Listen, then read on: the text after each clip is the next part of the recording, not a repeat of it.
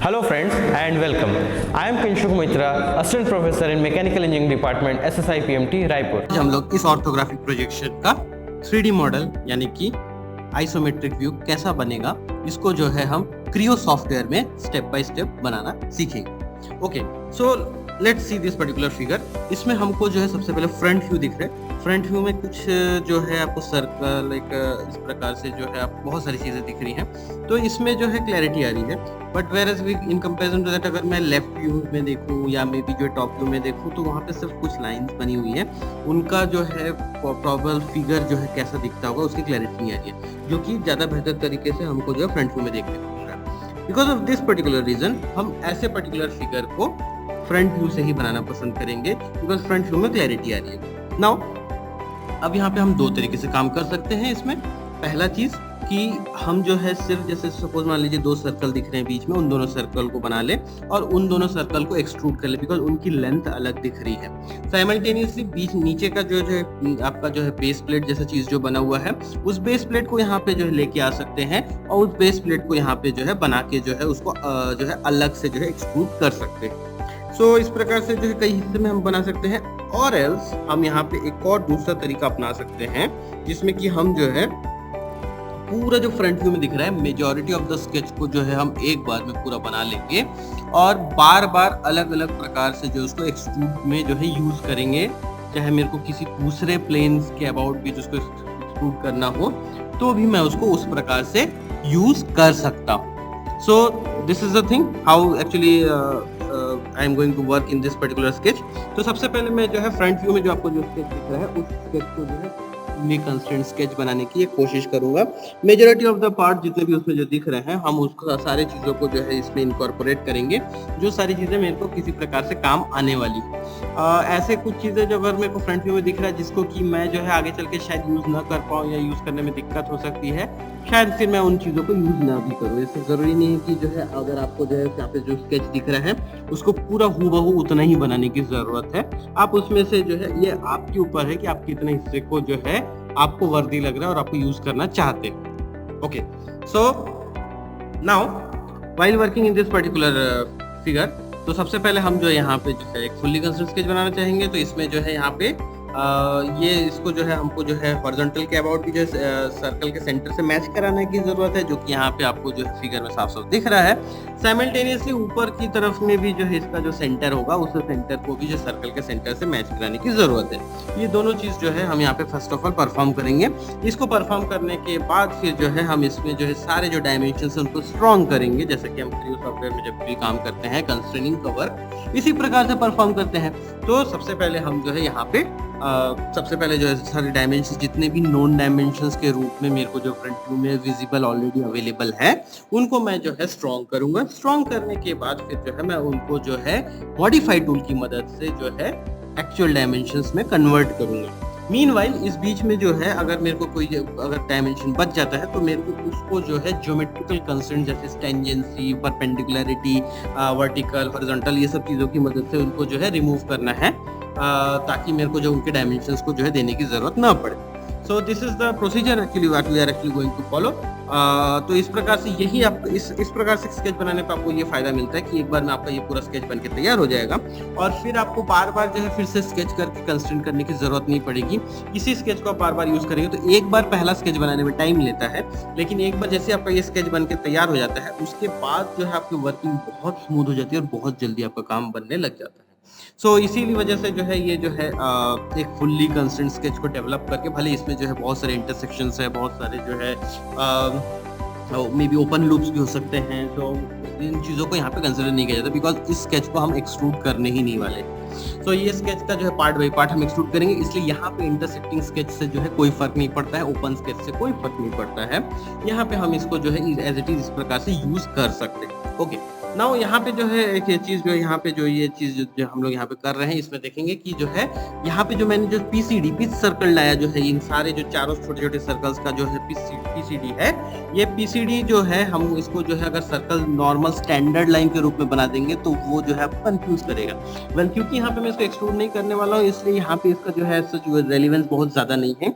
But अगर आप इसको किसी प्रकार से जो है अलग अलग हिस्सों में बनाते हैं और वहाँ पे जो है आपको ऐसा पीसीडी बनाने की जरूरत है विथ सर्कल डाया के ऊपर जो है ये चारों अलग अलग सर्कल लाई करने चाहिए हैं, ऐसे केस में जो है आप उस सर्कल को क्लिक कर सकते हैं, राइट क्लिक करेंगे और उसको जो है कंस्ट्रक्शन लाइन के फॉर्मेट में कन्वर्ट कर देंगे। ऐसे केस में जो है ये सर्कल आपका एग्जिस्ट कर सकता है एज इट इज। जैसे सेंटर लाइन होता है, सेंटर लाइन बनाने पे भी जो है वो जो है आप किसी प्रकार से एक्सट्रूड में जो है आपको कोई जो है दिक्कत नहीं पहुंचाता है। उसी प्रकार से ये आप यदि किसी जो है सर्कल को लाइन को बना के अगर उसको कंस्ट्रक्शन लाइन के फॉर्मेट में कन्वर्ट कर देते हैं तो वो वहां पे एग्जिस्ट करते हुए भी जो है आपको किसी प्रकार की दिक्कत नहीं आती है। तो ये जो है आपका एक बहुत अच्छा ऑप्शन बन के निकल के आता है। ठीक है, सो यहाँ पे अब मैं जो सेंटर लाइन का यूज करने वाला हूँ, बिकॉज यहाँ पे जो है हम 90 डिग्री की डिफरेंस में 4 सर्कल को जो है लाई कर रहे हैं, मतलब 3 का गैप हो गया, 3 इसके, तो इसलिए इसको डिवाइडेड बाई 3 करेंगे, 90 बाई 3 तो इसके जो 30 डिग्री, तो 30 के गैप में जो है ये 4 जो है सर्कल जो है लाई करने वाले हैं। तो इसके लिए जो है इसके एंगल को कैसे मेजर करेंगे, again we need 2 lines, 2 line के बीच में जो है हम जो है बता सकते हैं। तो या तो आप लाइन बनाइए और लाइन को जो है क्लिक करके कंस्ट्रक्शन लाइन के फॉर्मेट में कन्वर्ट कर दीजिए। अदरवाइज आप क्या कर सकते हैं, आप यहाँ पे जो है सेंटर लाइन ले सकते हैं, सेंटर लाइन लेके जो है उन दोनों के बीच का एंगल भी जो है आप बता सकते हैं। तो whichever we you feel like both way it will work the same. Okay, so अब यहाँ पे जैसे आपका जो है ये सर्कल सेट हो जाएगा, इस प्रकार से सारी चीजें बन जाएंगी। Next part we will continue with the constraining part. इसके बाद जो है हम इसको जो है फुल्ली कंस्ट्रेंट्स के जैसे ही हमारा कंप्लीट हो जाएगा, हम यहाँ पे सारे रियल टाइम डायमेंशंस को जो है यहाँ पे जो है इनपुट करा देंगे, हमारा ये स्केच जो है कंप्लीट हो जाएगा। And then we will continue with the next step. तो हमारे सारे डायमेंशंस जो है यहाँ पे जो है स्ट्रॉन्ग हो चुके हैं, कोई भी वीक डायमेंशन यहाँ पे जो है स्टैंडिंग अवेलेबल नहीं है। So now we will use this particular tool modify, और मॉडिफाई टूल में जब भी हम क्लिक करते हैं तो रीजनरेट को ऑफ कर देते हैं। अगर रीजनरेट ऑन रह जाएगा तो क्या होगा कि जो आपने जो अगर जो जब नॉर्मल टूल से, डायमेंशन टूल से जब आप उसको डायमेंशन को स्ट्रॉन्ग कर रहे थे, उस वक्त में जो है जब आप जो डायमेंशन को डबल क्लिक करके डायरेक्टली अगर जो उसको वैल्यू देते तो जिस प्रकार से आपका जो स्केच जो है एब्रप्टली चेंज होने वाला था, जिसकी वजह से कि जो स्केच का जो है एक जो प्रॉपर जो आपका जो स्ट्रक्चर जो बना हुआ था कई बार जो है वो डिफॉर्म होकर कुछ और बनने लग जाता है, आपको उसको व्यू करने में दिक्कत होती है। वही सेम प्रॉब्लम जो है यहाँ पे आ जाती है। तो मॉडिफाई टूल का उस केस में जो यूजेज बहुत ज्यादा कुछ आप रेलिवेंस यहाँ पे देख नहीं पाएंगे।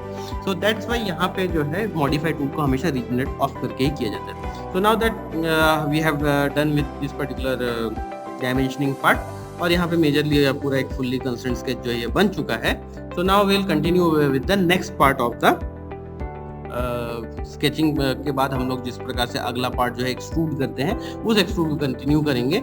सो यहाँ पे ये स्केच जो है डायरेक्टली एक्सट्रूड हो नहीं सकता है, तो हम यहाँ पे एक्सट्रूड में जाके हर बार जो है इंडिविजुअली इसी पर्टिकुलर प्लेन को सिलेक्ट करके जो है एक्सट्रूड करेंगे। तो plane you can change even. So यहाँ पे जैसे मैंने इतना इस पार्ट को चूज कर लिया है। अब यहाँ पे जो है हम यहाँ पे जो ऐसा वैल्यू यहाँ पे लिखा हुआ है 56 हिसाब से वैल्यू करके सिमेट्री करके इसको डन किए। अब अगेन से हम लोग जो फिर से एक्सट्रूड टूल को चूज करेंगे। एक्सट्रूड टूल को चूज करने के बाद फिर से जो है हम यहाँ पे चूज करेंगे। यहाँ पे मैंने लूप चूज किया, ये लूप में जो है कुछ नीचे के पार्ट को जो है उसने पूरे कंप्लीट को कंसिडर कर लिया है। सो यहाँ पे आपको जो है ये देखिए पूरा जो है नीचे में भी एक्सटेंशन दिख रहा है। सो इसको एडिट करेंगे। एडिट करते यहाँ पे देखिए यहाँ पे जो है लूप में जब लिया तो उसने इस साइड से पूरे पार्ट को ले लिया है, तो इसको हम लोग कट करके जो है फिर से प्रोजेक्ट टूल में जाएंगे और इसको इस प्रकार से ऐसा एक जो है सिर्फ सिलेंडर को जो है अलग से एक्सट्रूड करेंगे। बिकॉज अगर आप ध्यान से देखें तो सिलेंडर टॉप व्यू में दिख रहा है कि जो है एक्स्ट्रा एक्सटेंडेड है 5 mm दोनों तरफ। सो वो हमने यहाँ पे इस प्रकार से किया। अब हम लोग जो है अगले पार्ट की ओर जाएंगे।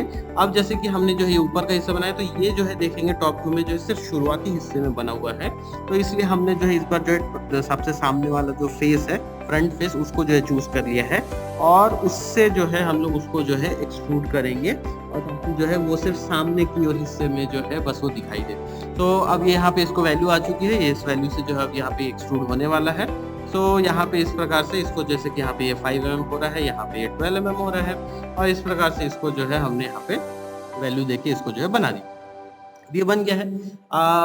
यहाँ पे एक क्वेश्चन हो सकता है कि जो है ये जो है हवे में ऐसे कैसे हो सकता है, तो इसको जो सपोर्ट चाहिए है। See when we are actually making any particular part with CAD, तो यहाँ पे जो है आपको जो है इसको अगर हम बना लेते हैं और उसके बाद जो है नीचे का सपोर्ट स्ट्रक्चर बना दे तो इससे जो है कोई प्रॉब्लम नहीं आता है। ओनली थिंग नीडेड इज कि जो है वो आपका स्ट्रक्चर फाइनली जो है किसी प्रकार से जो है सपोर्ट स्ट्रक्चर के साथ अवेलेबल होना चाहिए है।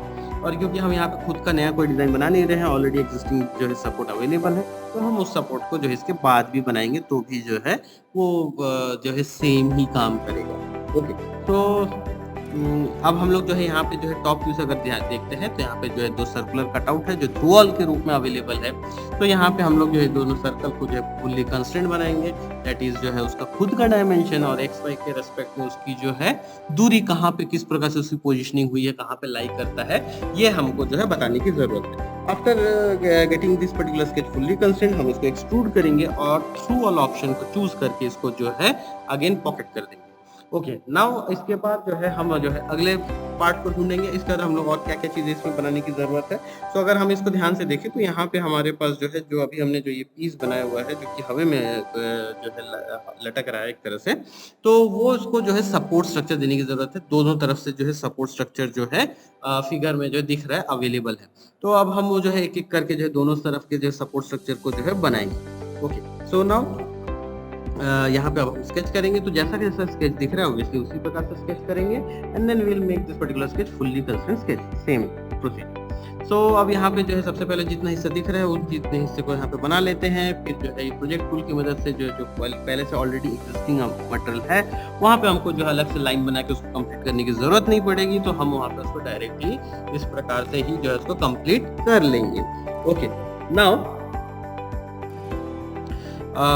यहाँ पे आप जो है जैसे कि आप देख सकते हैं यहाँ पे एक आपने आर्क बना दिया है। इस आर्क को जो है वैल्यू दे देंगे, जो वैल्यू आपको यहाँ पे ऑलरेडी मेंशन है। बाकी हिस्से को जो है प्रोजेक्ट टूल की मदद से यहाँ पे जो है बना देंगे। अब इसकी जो है वैल्यूज को जो है यहाँ पे इस पर्टिकुलर इसमें क्योंकि बहुत कम वैल्यूज है तो यहाँ पे आप चाहें तो डायरेक्टली डबल क्लिक करके भी जो है वैल्यूज को दे सकते हैं। मॉडिफाई टूल बिल्कुल जो है यूज़ किया जा सकता है। मॉडिफाई टूल यूज़ करने में जो है कोई दिक्कत नहीं है, बट यहाँ पे जो है डिफॉर्मेशंस उस बड़े रेंज में होंगी ही नहीं, इसलिए यहाँ पे आप डायरेक्टली डबल क्लिक करके भी अगर वैल्यू दे दे तो जो है आपको कोई जो है as such major problem face करने की जरूरत नहीं पड़ेगी। So everything is with respect to the ease of the CAD person who is actually making the design, उसके ईज के लिए सारी चीजें दी गई हैं। यहाँ पे कोई भी एज सच एक फिक्स्ड रूल्स ले नहीं किए गए हैं कि आपको यही फॉलो सो यहाँ पे इस प्रकार के ईज के साथ में हमने जो ये सपोर्ट स्ट्रक्चर भी बना दिया है। अब जो है इस तरफ के जो सिलेंडर के ऊपर जो उसको जो है जो उसका हिस्सा जो उसको जो है सपोर्ट देता है वो हिस्से को जो है हम यहाँ पे जो है इसको बनाएंगे। ओके, सो नाउ यहाँ पे जो हम इसको बनाने के लिए क्या करेंगे, हम फिर से जो है टूल में जाएंगे और इस सरफेस को पिक करेंगे और वहाँ पे आके जो है इसको जो है बनाना शुरू करेंगे। तो जैसे कि मैंने ये सरफेस को पिक कर लिया है, यहाँ से पीछे तरफ से मैंने पिक किया क्योंकि जो है अगर ध्यान से देखें तो सामने तरफ से जो है ये पार्ट जो है थोड़ा सा एक्स्ट्रा एक्सटेंडेड है, तो इसलिए वहाँ से जो है आपको जो है न बनाना पड़े, इसके लिए मैंने जो है इसको पीछे तरफ से पीछे उसके जस्ट बैक सरफेस को पिक करके मैंने वहाँ से जो है इसको जो है बनाना शुरू किया है। सो यहाँ पे इस प्रकार से जो है हम इसको जो है अगेन जो है प्रोजेक्ट टूल यानी कि इसकी मदद से जो एग्जिस्टिंग सरफेसेस को बना यूज़ कर लेंगे, इस प्रकार से क्लोज के जनरेट कर लेंगे और इस प्रकार से इसको एक्सट्रूड करके जो है एग्जैक्ट वैल्यूज़ के साथ में जो है इसको जो है बना के दे देंगे। तो ये इस प्रकार से आपका जो है ये पूरा जो है कंप्लीट सॉलिड मटेरियल तैयार होगा। So this is how this particular model is suppose to be made. Okay, thank you.